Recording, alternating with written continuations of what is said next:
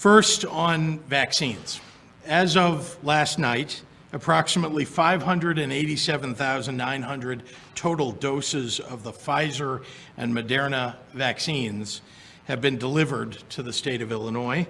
478,175 doses to public and private healthcare providers outside of Chicago, and 109,725 doses to providers in the city of Chicago. As you know, the vaccination program for long-term care facilities is a federally operated pharmacy partnership program with CVS and Walgreens, the doses for which are removed from our state's allocation before we receive the deliveries that I mentioned above. To date, the pharmacy partnership has acquired about 231,400 total doses to vaccinate staff and residents of these facilities, starting with skilled nursing homes. That breaks down to about 172,500 outside of Chicago and 58,900 in Chicago. Illinois as a whole, including the city of Chicago and including the Pharmacy Partnership Program, has administered approximately 334,939 vaccine doses as of last night, 36,867 by the local pharmacy partnership, and 298,072 under the control of the state's public and private healthcare providers.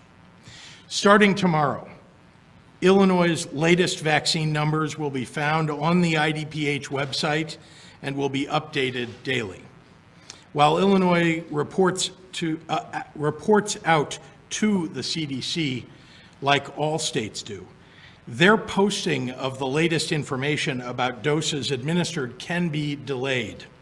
So our IDPH website will be the most up-to-date source of information about our vaccine distribution and administration on a daily basis. As a reminder to all of you, according to CDC guidelines, healthcare providers are allowed to report vaccinations up to 72 hours after they have been administered. So there's a significant time lag between vaccinations being actually administered and those that have been reported. In addition, vaccine doses that are distributed to Illinois are reported immediately by the CDC, so there's a mismatch on both the CDC and the IDPH website between vaccine doses distributed and vaccine doses administered. This is the case all across the country. To put this more simply, a vaccine dose that arrives in Illinois may be administered on day 1, but may not be reported until day 2, day 3, or day 4. Those are federal rules. To be clear, statewide, we have made significant progress in Phase 1A, and I appreciate the hard work of healthcare providers across the state to move as quickly as possible through this phase. In some communities, they've been able to substantially complete Phase 1A. IDPH is allowing any local health department in that position to move into the early stages of Phase 1B because we want to make sure any available vaccine is administered quickly to the priority groups that we've laid out. Local health departments will communicate this information to the public as they move through their Phase 1A population. But I want to urge patience. Phase 1B will take many weeks to complete, and if it's not yet available in your area now, it's because many counties aren't through their 1A population enough to move forward with the current pace of national vaccine development pipeline. I expect to make a formal announcement later this week on when Illinois will move into Phase 1B on a statewide basis. Of course, anyone in Phase 1A who has chosen not to get vaccinated will nevertheless be able to opt in during any subsequent round. This is about leaving no vaccine sitting on the shelves as we move forward. So now I'd like to talk about mitigations. In other words, what we can do to keep everyone safe while we're waiting for enough vaccine to be produced. Tier 3 mitigations have been in effect across the entire state since November 20th. And that has been an important factor in keeping hospital beds and ICU beds available at Illinois' hospital systems through this year's holiday season. This fall and winter have brought the United States to new all-time records in hospitalizations and in deaths, and Illinois has not been immune from that. But in large part because we acted before Thanksgiving with Tier 3 mitigations, we in Illinois have seen the number of COVID hospital patients and our positivity rates drop by over a third since November 20th, as hospitalization rates across the nation have continued to surge. That said, our success is relative and it's precious. We still have more than twice as many COVID patients in the hospital statewide than we did in the summer, and we've seen recent fluctuation in our case rates and test positivity that has stalled that downward trajectory. By operating with consistent and meaningful mitigations throughout the holiday season, it's my belief that Illinois has saved lives, brought down community risk, and set ourselves up to reduce these mitigations in a way that is both safe and smart. All that said, ahead of the 15th, when regions can begin to move to Tier 2 or Tier 1 according to their metrics, I want to provide a brief reminder as to what these changes actually entail. This information, of course, can also be found online on the IDPH website at dph.illinois.gov/COVID-19. Since late November, all regions have been in Tier 3 mitigations, the most stringent of the surge mitigations, in response to exponential growth in COVID-19 infections statewide. I want to be clear that just as regions moved into mitigations with a data-driven approach, beginning again on January 15th, they can move to lower tiers of mitigations. And I'll remind you about the 3 metrics that a region needs to meet in order to loosen up to Tier 2 mitigations, although you can find metrics for each tier on the website that I mentioned earlier. Number 1, a test positivity rate below 12% for 3 consecutive days as measured by the 7-day rolling average to account for any hiccups in the data. And 2, greater than 20% available staffed ICU and general hospital beds for 3 consecutive days on a 3-day rolling average. And 3, a decline in the number of people in the hospital battling COVID-19 for 7 out of 10 days, also on a 7-day average. Remember that these metrics together give us a picture of community transmission risk and hospital availability to treat any influx of patients, which could include those in need of care because of COVID-19, or anything from car crashes to heart attacks to critical surgeries. If things continue to improve in a region, IDPH will reclassify that region according to Tier 2, Tier 1, and back to Phase 4 as they meet the necessary metrics. If we maintain adherence to mask wearing and social distancing and make sure to get vaccinated when it's your time, we will experience a robust recovery that I know we all look forward to. And with that, I'd like to turn it over to our Director of the Department of Public Health, Dr. Ngozi Ezike. Doctor?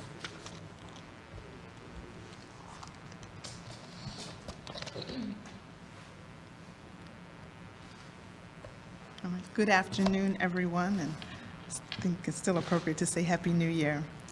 I'm happy to be joining you here in Springfield. It was here in Springfield almost exactly a year ago when we announced the first COVID-19 case here in Illinois, and it's been a long, challenging year, but the end is in sight. Today, 4,776 new individuals were diagnosed with COVID-19 for a total of 1,033,526 cases in Illinois. Since yesterday, we have received reports of 53 individuals who have lost their battle with COVID. And that brings our total of lives lost in Illinois to 17,627. 3,540 individuals were in the hospital overnight with COVID-19, and of those, 759 were in the intensive care unit, and 401 were on ventilators. In the last 24 hours, more than 66,000 COVID-19 test results have been reported for a total of more than 14 million tests statewide. We know that moving out of the mitigation tiers will require us to continue to wear our masks, to continue to keep our distance, and to continue to avoid large gatherings. And now we can add vaccination to the list of things we should do. While the number of vaccine doses that providers in Illinois receive each week remains quite limited, it is important for those who are eligible to receive the vaccine to avail themselves of all the information and hopefully decide to get vaccinated. Vaccination is essential to us moving forward, but it only works if we actually utilize this critical resource.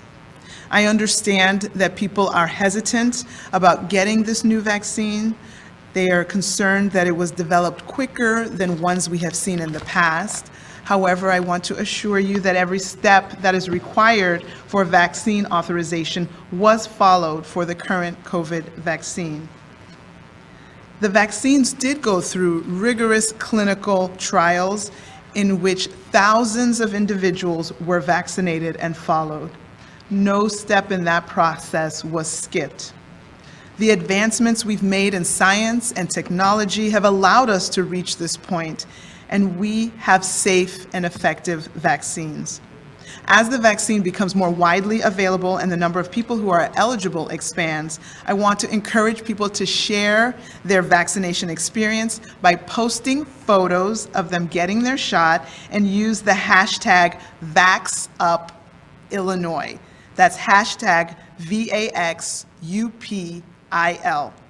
The more people see others getting vaccinated with the safe and effective vaccines, we hope that more people will roll up their sleeves and do the same. Again, don't forget, we want you to share that photo at hashtag VaxUpIL.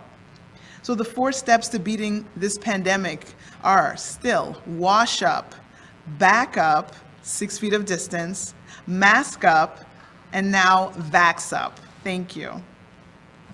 Buenas tardes. Hace casi un año que estuvimos aquí en Springfield cuando anunciamos el primer caso de COVID-19 en Illinois. Ha sido un año largo y difícil, pero el final está cerca y a la vista.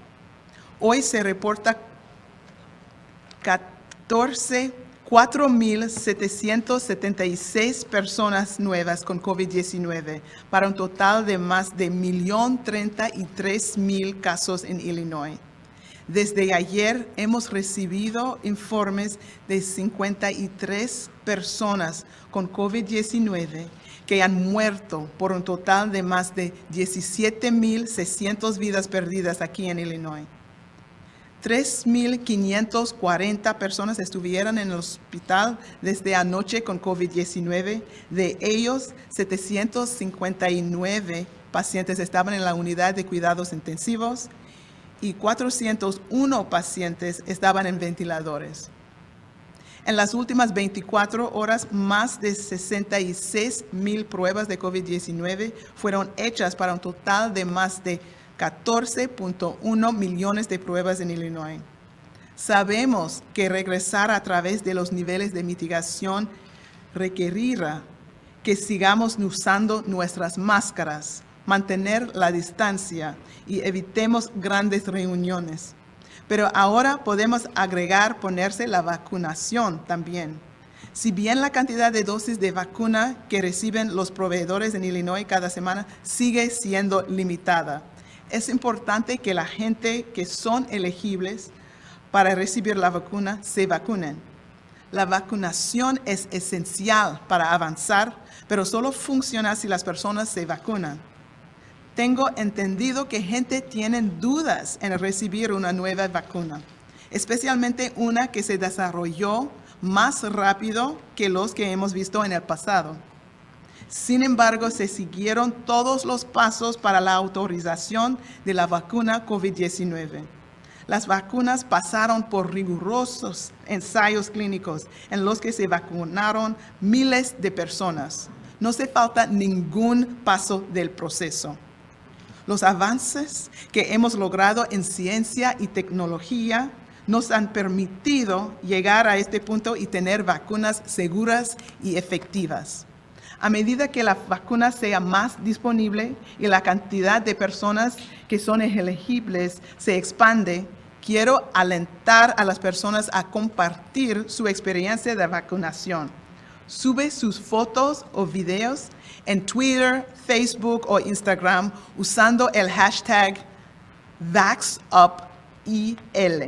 Mientras más personas vean que otros se vacunan con una vacuna segura y eficaz, esperamos que más personas se confían. Los 4 pasos para vencer esta pandemia son lavarse las manos, mantener su distancia, usa una máscara y ahora Vax Up con la vacuna de COVID-19. Muchísimas gracias para su apoyo. And with that, I will turn it back over to Governor Pritzker.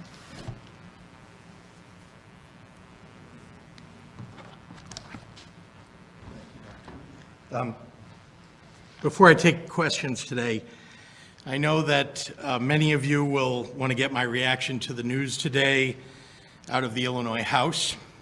As I have said many times, I will work with whoever the members of the House of Representatives elect as their speaker. Choosing the speaker is the sole responsibility of those representatives, and it is clear that the members are taking their choices seriously. And with that, sorry, Shia had her hand up first. Yeah, go ahead, Shia. I promise, but she's not been in the, you've been on the online too. Yeah.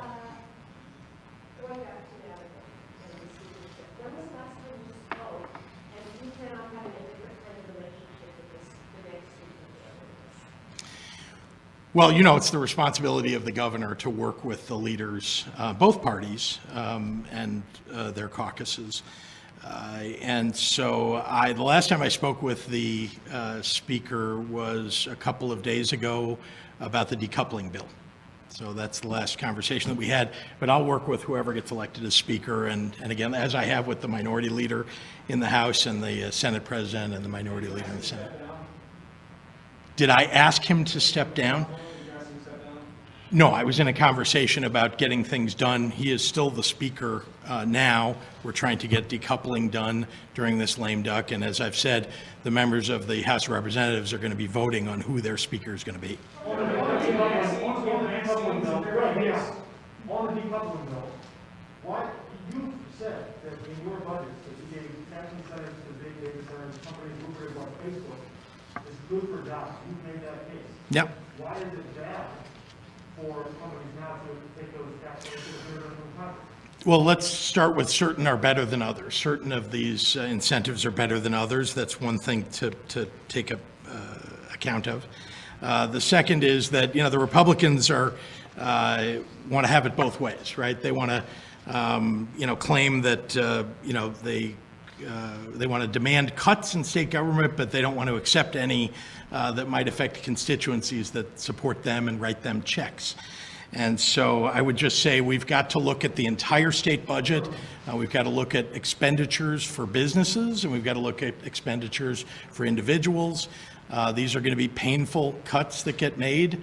I am willing to talk to anybody about any of these cuts and have heard nothing from the Republicans about their ideas. But let's be clear, when they're fighting against some cut that I'm putting out there, what is their alternative? They have literally not put anything forward. Do you want to see the graduate income tax back on the ballot in 2022? Do I want to see what back on the ballot? Is that your question? That's not something I'm pushing for. Right now, that we've got to balance the budgets that are ahead of us. That's not something that can happen as a result of that. I'm sorry, this gentleman here. The Senate passed a bill that will allow the Chicago Teachers Union to collectively bargain that bill now placed to your desk. What are your feelings on the bill, and when it gets to your desk? Will that be something that you look at? Well, I have favored passage of that bill since I was a candidate, since really before I was a candidate. And so, you know, that bill I know is coming to my desk, and I'll obviously take a serious look at it, but you know where I've stood for several years already. Bruce. Members of the media here, Dr. COVID, are we going to be in 1B because some of us have to go out and cover demonstrations we'd rather not be at, some of us end up in rooms closer to each other than maybe we want to be. Where are we in? Where are we? There may be other reasons for that, Bruce, yeah. Where are we? Yeah. Sorry? Are we ahead of the pace? Well, as you've seen, we've got 3.2 million people in Phase 1B. What I have been very focused on is two things.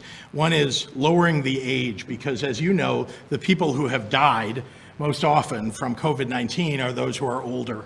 And so the age bracket that I put forward, 65 and over, covers a great deal of those. The second feature of the changes that I made is really a focus on equity. Because we know that Black and brown communities have been ill affected by COVID in a way that others have not. And so by lowering the age itself, not to mention the categories of people who are covered, we are in fact effectuating equity. This gentleman back here. Black caucus legislation, especially criminal justice reform, there are a lot of controversial parts of it, and you voice success for support for some of it. So what's your view overall of that package, and what's your likelihood of signing? Well, we'll have to take a look at the final version of it. As you know, I have advocated and worked with the Black Caucus on many of the provisions. You know, for a long time, even before there were these 4 pillars that the Black Caucus put forward in their agenda, and then as that began to take shape, we've been talking to individual members of the Black Caucus to make sure that we're helping them shape and, you know, and coming up with ideas that I can favor in the process. But I am very much in favor of the process and the work that the Black Caucus has done overall. Sorry, there's somebody behind you who hasn't asked a question. Is there anything you're looking to change in the Black Caucus with any of the lawmakers? Any language you want to move in their criminal justice or any other bills? There have been a lot of discussions about that, and again, I don't want to go into, as you know, those bills are quite extensive, and so I'm not going to go down every issue with you, but you know that I have favored ending cash bail, for example. That's something that I've worked with Senator Peters on, and that's just one example. There are quite a number of others. I favor the work that the Attorney General is doing on police reform. So, you know, we're all working together, I think, to get good results here. I'll come to you. There's an FBI bulletin that armed protests were planned at all 50 state capitals beginning on January 16th. We talked about what security measures we're going to put in place here. And also, as House Democrats try to figure out who their speaker will be, would you be okay if this process dragged out for days or weeks, or is it absolutely essential that there's a speaker elected on Wednesday? Look, we've got a lot of work that we need to get done. So what, you know, as to a Wednesday deadline, I'm not going to speak to that. I'm just going to speak to the fact that the General Assembly has not met for quite some time. There are quite a number of bills that need to be worked on and passed. You know, we're here in lame duck. As you've seen, there's a plethora of legislation that is moving through, some of it at light speed, some of it slowly. But you know, I'm looking forward to working with the leaders, whoever they may be. Let me, yeah, you asked about security measures, and I know I'm not going to talk about the specific security measures, but suffice to say that the ISP is quite well aware of the challenges that may crop up. They've seen them even leading into the session days here. And they will work, you know, we have a great security team for the state consisting of all 3 agency heads.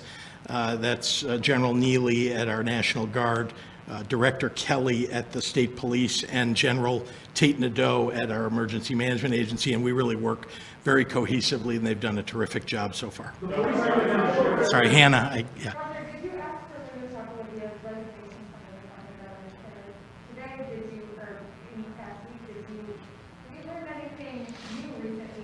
That to administer it now? Look, what we want to do is restore confidence that people have in our Veterans Affairs Department, and we want to do our best to take care of our veterans. As you know, Linda Chappell-Lavia served for a number of years in the legislature. She's somebody who cares deeply about veterans. Her appointment, as all the appointments of my cabinet, come up in about a week for reappointment or not. And it was a mutual decision that she would step down. 2 more questions, and then we have to move on to the WebEx. 2 more questions, and then WebEx. Recent vaccines are available. When are we going to be in phase 5? And then if you could address the police negotiations and collective bargaining issues, where we want to limit that. In the criminal justice police reform bill, we can address those issues in phase 5 and the police. So you've asked this question before, Greg, and it's the same answer that I've given before, which is that, as you know, what we have talked about in moving to phase 5 is that vaccines are widely available, and our intention in putting that out was to make sure that actually people are being vaccinated. Right now, as you know, we're not receiving enough vaccine for the state of Illinois. We don't even have 1 million doses, and there are 12.7 million people in the state of Illinois. So the question is, when are we going to get to the point where we have enough vaccine and have administered that vaccine, and to make sure that we're getting herd immunity, or at least, we're in that direction. Is there a specific phase, like 1C or 2 or whatever it may be that you can look at the numbers of people. The first phase has about 850,000 people. That was phase 1A. 850,000 people. Not everybody decided to take the vaccine, but many did. Phase 1B, which I just said, was 3.2 million people roughly in that phase. And so you can do your own math to determine, when we'll hit kind of a number where people can really be safe. I do want to remind everybody that even if you've been vaccinated, you should continue to wear your mask. And because the studies really aren't complete yet on whether or not somebody who's been vaccinated can carry the virus on their clothes or something else and convey it to somebody else. And I'll let Dr. Ezike give you some of the details from a medical perspective. But we just all need to be very careful and patient over the next several months. One more question, one last question. I apologize. Police unions and sheriffs have warned mass resignations could happen in police forces and law enforcement across the state if you end qualified immunity and expose officers to more financial liability. Can you evaluate that warrant? Look, I can't. What I can tell you is that there's a lot of work being done in the legislature on this issue. We'll see where it comes out and whether it lands on my desk. But suffice to say, we obviously want to attract more people to keep good police officers on duty. I am committed to important aspects of police reform. I've always been that. You've heard me say this a number of times. I heard it. I talked about it on the campaign trail. I talked about it all summer as we were, protesting the murder of George Floyd and Breonna Taylor. I'm going to continue to favor much of the work that's been done out of Black Caucus. We have to move online. We're moving online. We have a question from Jim Haggerty, and this is for Dr. Ezike. Dr. Ezike, the number of test labs being processed has appeared slightly lower in the past couple of weeks. Is that because fewer people are being tested, or is there a backlog in reporting? Thank you for that question. So I think with many holidays, we have seen some dips. There are some pretty characteristic patterns where a lot of people might get tested before the holiday. Maybe they're planning to do this as part of a quarantine and then a final test before they meet with family members. And then, we've had an extended holiday period of the 2 weeks. So we did see the numbers start to pick up at the end of last week. I think we had a day with 100,000. The weekend was low again. So we're continuing to follow the trends and see what's happening. I don't think I have not been made aware of a backlog. If that is the case, of course, we will let you know that, and then there will be a resultant bulge. But I have not been informed of that. We're continuing to see if this is more coming out of the holiday period. And we have another question for you as well. This is from WBZ. Many healthcare workers are hesitant to get the vaccine, and hospitals are eager to start vaccinating some patients to slow the spread of the virus. How long will you wait for more healthcare workers to get vaccinated for COVID-19 before moving on to the 1B priority group, the elderly and certain essential workers? Right, so the governor will announce when the 1B transition date, and that will not mean that people who are not vaccinated in 1A, who are eligible under 1A, cannot get their vaccination. We know that not everyone in 1A will be vaccinated, so some of the people who have yet to be vaccinated, some may be due to hesitancy and some may be that they haven't had an opportunity yet. So we are continuing to work on education. What I do want to stress is that, though the vaccine is here, we also know that the UK variant, if it's not here yet, it's only a matter of time that it is. It's likely already in the state, but it's probably circulating in such low numbers right now that we have not identified it. The significance of us knowing that it's going to be here, is already here, is that with time, as it did in the UK, it will predominate and be the dominant strain. And that would only take a few months. So potentially in March, we could have this new variant be the majority of our cases, and that means that we will have more infectious spread. So the mitigations that we are doing now or not doing will result in potentially more cases, which inevitably means more hospitalizations.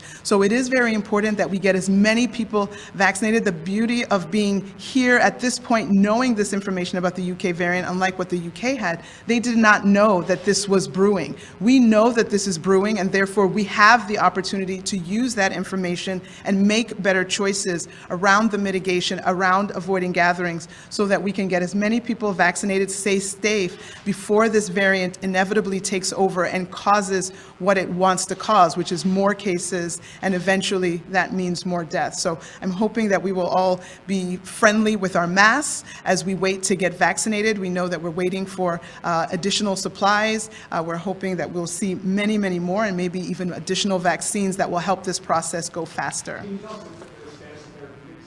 Therapeutics. So remdesivir is still out there. There's the monoclonal antibody that's out there. I think some of the reservation is that they are, in some cases, they may be helpful, in some cases not. I think if you look at the World Health Organization, they are not giving it a veritable thumbs up. In terms of the monoclonal antibody, looking at the most recent research, the NIH is saying that they can't for sure say if it's a substantial benefit, and so I know that's why some people might have pause and not using it as much. But these are things that we have that can be maybe helpful in some cases, maybe appropriately selected. But we do have the vaccine, and we do have our mask, and we know that those work, and I'm hoping that people will continue to avail themselves of the mask for sure now and the vaccine when it's their turn.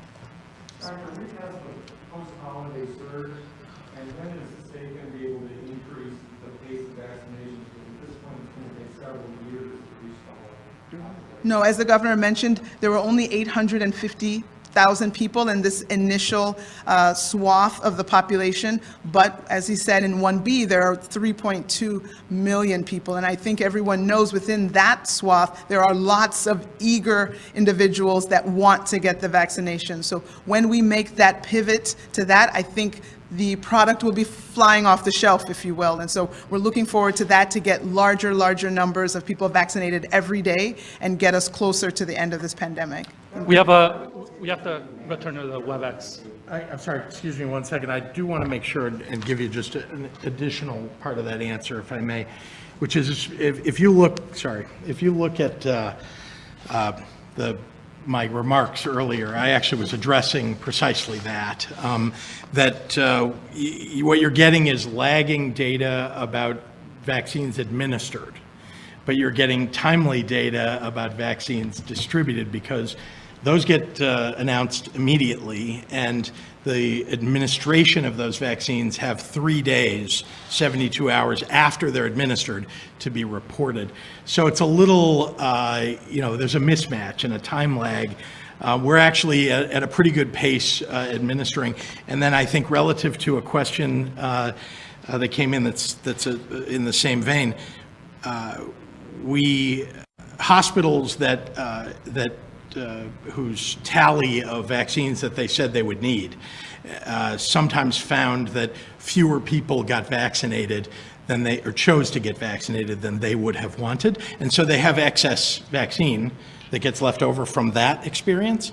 And what we've said, because we don't want any vaccine sitting on a shelf anywhere, what we've said to the local health departments where those hospitals reside is, let's get those out to 1B, people who are in this next phase, even though we haven't moved everybody into the next phase. We don't want any of these vaccines sitting around. If healthcare workers in that location are not taking up that vaccine, then let's give it to people who are next in line. Are you confident we can get the whole state vaccinated or offer everybody by the end of the year? I am confident that everybody that wants to be vaccinated will be able to by the end of the year. I will also say that I've been on the phone constantly with federal officials, both in the administration, the current administration, the future administration, as well as with our senators about what more we will need from the federal government in order to speed up the pace, because we all want this to happen faster than it otherwise would, but we need more vaccines delivered. That's really the number one thing we need. Then we would like very much to have either the Army activated or the HHS, has its own staff that are available to activate, to send to states. We would love to get more people involved in administering vaccines and be able to set up locations. And we're doing that with our National Guard, but more is better.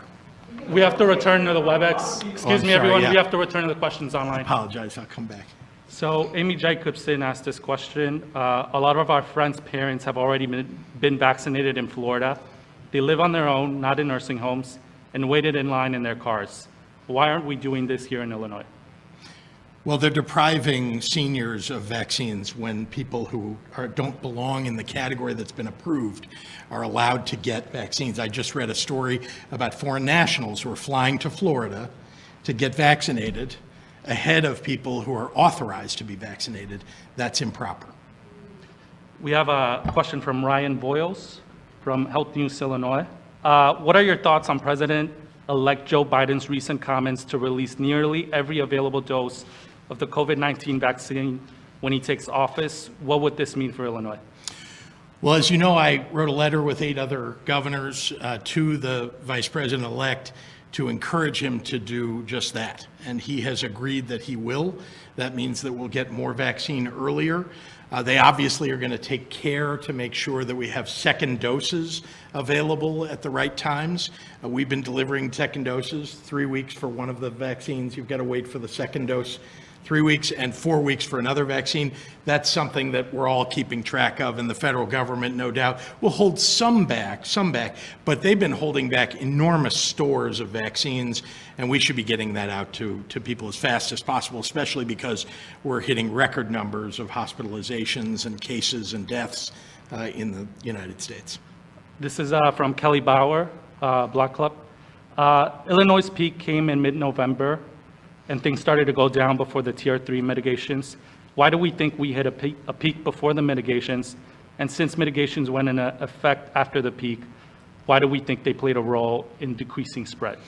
Well, you may recall that we had mitigations in place before the Tier 3 mitigations were announced. We already had Tier 1 and Tier 2 mitigations that had been imposed on every region of the state of Illinois. And then we saw a continuing surge happening all across the United States and, of course, in Illinois. So we went to a Tier 3 across the entire state. And look, that's helped to mitigate. Remember what happened in between the peak that she's talking about and today. We had Thanksgiving, which I think everybody in the country knew was going to create some kind of a surge. So you needed to offset the surge as best you could, as early as you could.